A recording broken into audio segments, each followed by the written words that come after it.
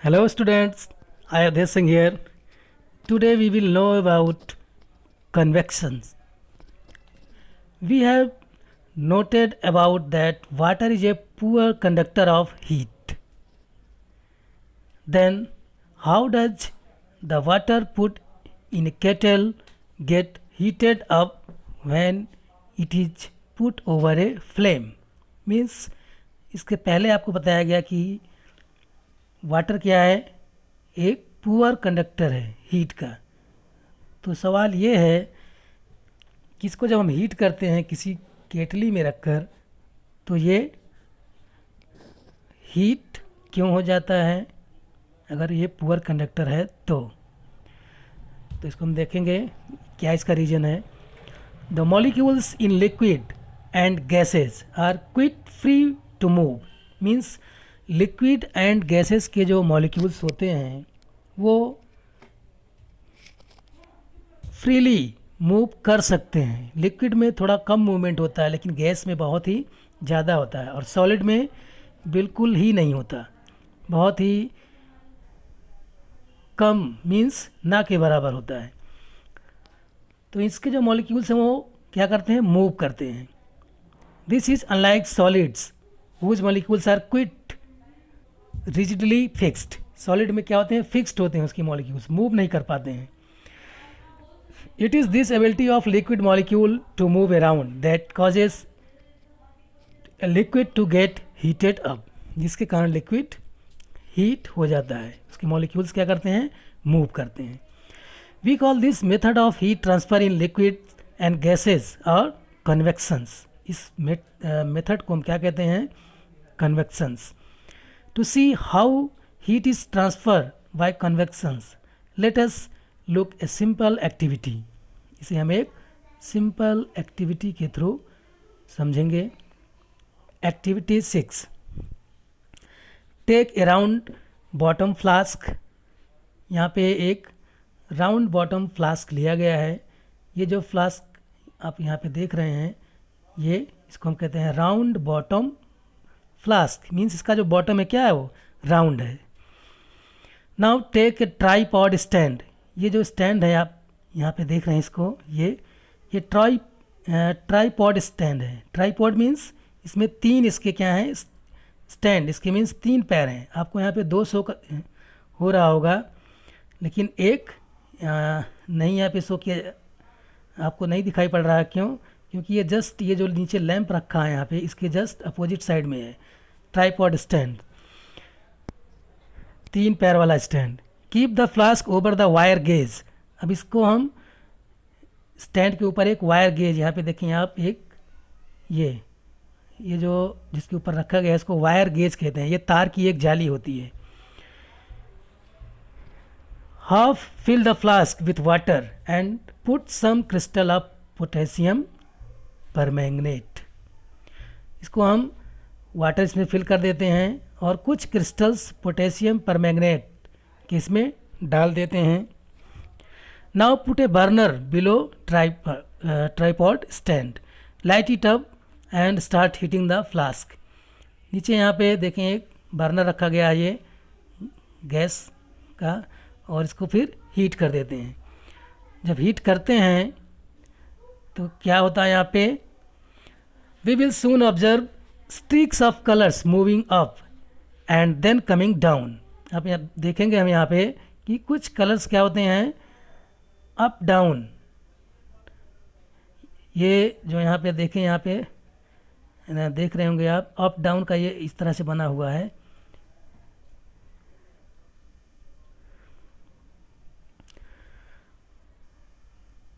ये यहाँ पे अप डाउन का जो फिगर में आप देख रहे हैं, and then coming down. This cyclic movement of coloured streaks will continue for a while, soon the whole water acquires coloured, it also get heated up.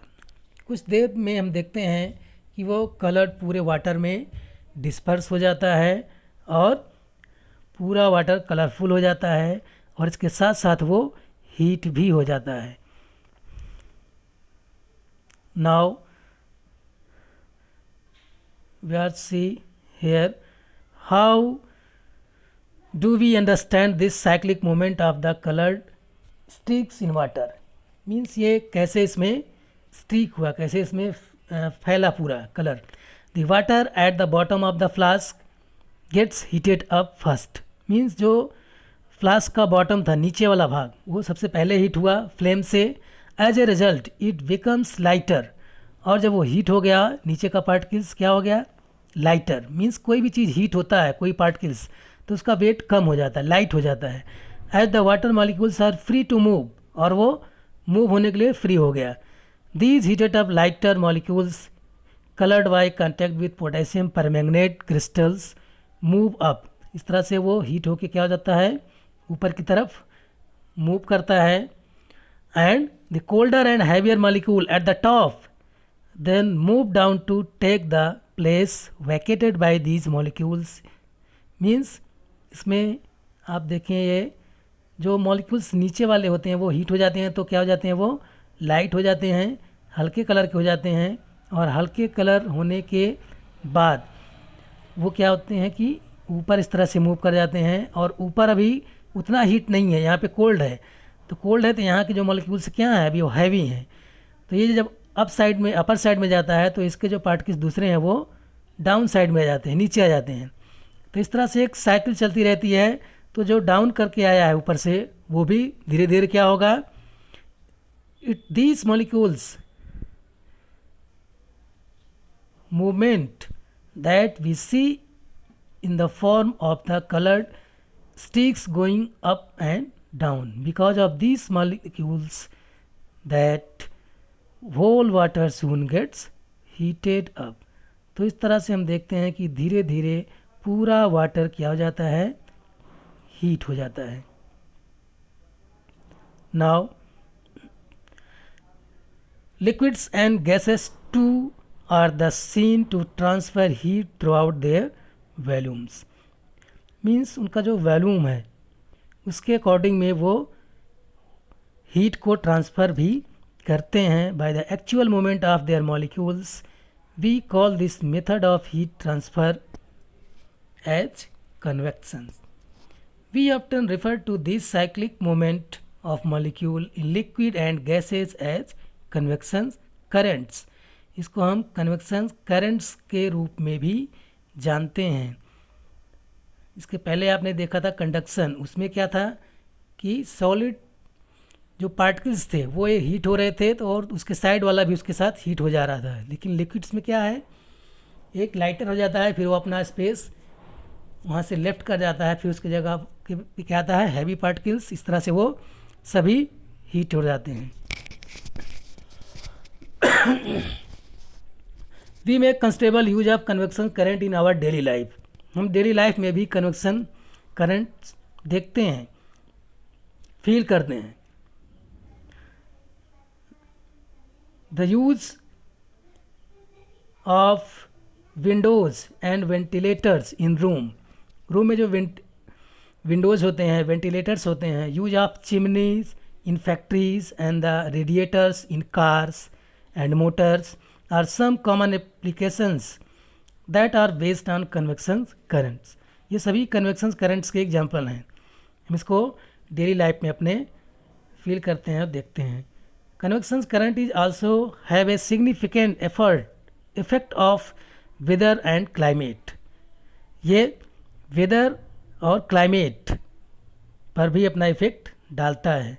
When the air at a place gets heated up, it expand and occupy more space, therefore become lighter and moves up. Means गर्मियों के दिनों में देखते हैं कि कहीं पे बहुत ज़्यादा हीट, मीन्स गर्मी, बहुत गर्म हवाएं चलती हैं. तो ऐसे में क्या है, जब नीचे की एयर हीट हो जाती है तो वो लाइटर हो जाती है, हल्की हो जाती है, वो मूव्स अप कर जाती है अपर साइड में. And the air pressure at the place then gets lowered. और ऐसी जगह पे एयर प्रेशर लोअर हो जाता है, कम हो जाता है. Air from surrounding place rushes into take the vacated place. This setup of convection current in air leading to winds and storms. और ये जो एयर है इस तरह से किसका रूप ले लेती है? विंड्स, तेज़ हवाएं चल सकती हैं, या स्टॉर्म्स, तेज, जो बहुत तेज़ हवाएं चलती हैं, धूल भरी आंधी आती है, ये सब इसका रीजन है। इसके बाद global wind patterns. Global wind patterns क्या है? कैसे पूरे ग्लोब पर हवाएं चलती हैं, ये भी इसमें हम देखेंगे। तो इतना आज हम लोग देखते हैं global wind patterns. It is easy to realize that there would always be an uneven heating of the earth. It is uneven heating that result in global wind patterns. Means पूरे अर्थ पे जो एयर का pattern है, हवा का, वो कैसे होता है, किस तरह के, इसमें इसको हम एक फिगर के द्वारा यहाँ पे समझेंगे। जो हवाएं चलती हैं हमारे अर्थ पर अलग अलग रीजन में। The place near to equator, ये बीच में आप देख रहे हैं ये लाइन, ये क्या है? Equator. Receive maximum heat energy from the sun, ये सन से ज़्यादा क्या होती है? हीट एनर्जी रिसीव करती है, क्योंकि ये सन के ज़्यादा नियरेस्ट में होती है according to their. At this place gets heated up rise and thus leaves a low pressure area behind, इसलिए बहुत जल्दी ये एरिया क्या हो जाता है? हीट हो जाता है, जो ग्रीन कलर का आप देख रहे हैं area. It the cooler air mainly from place between 0 to 30 degree latitude, 0 से लेके 30 तक, ये ग्रीन कलर और येलो कलर भी इसमें कुछ शामिल है। इसके बाद and equator then moves is toward the equators, the greater the difference in pressure the faster does the air moves in this winds moving air blow from north and south towards the equator. At the pole, the air is cooler than the latitude of say about 60 degrees, hence the wind current are set up from the poles toward the warmer latitude. Means ये जो हवाएं हैं ये start होती हैं, यहाँ पे आप देखें पैटर्न में, तो इसका जो ये रीजन है इसके बीच का, यहाँ पे आप एरो द्वारा देख सकते हैं कि कैसे हवाएं मूव करती हैं। तो ये एरिया ज़्यादा क्या होता है? हॉट होता है।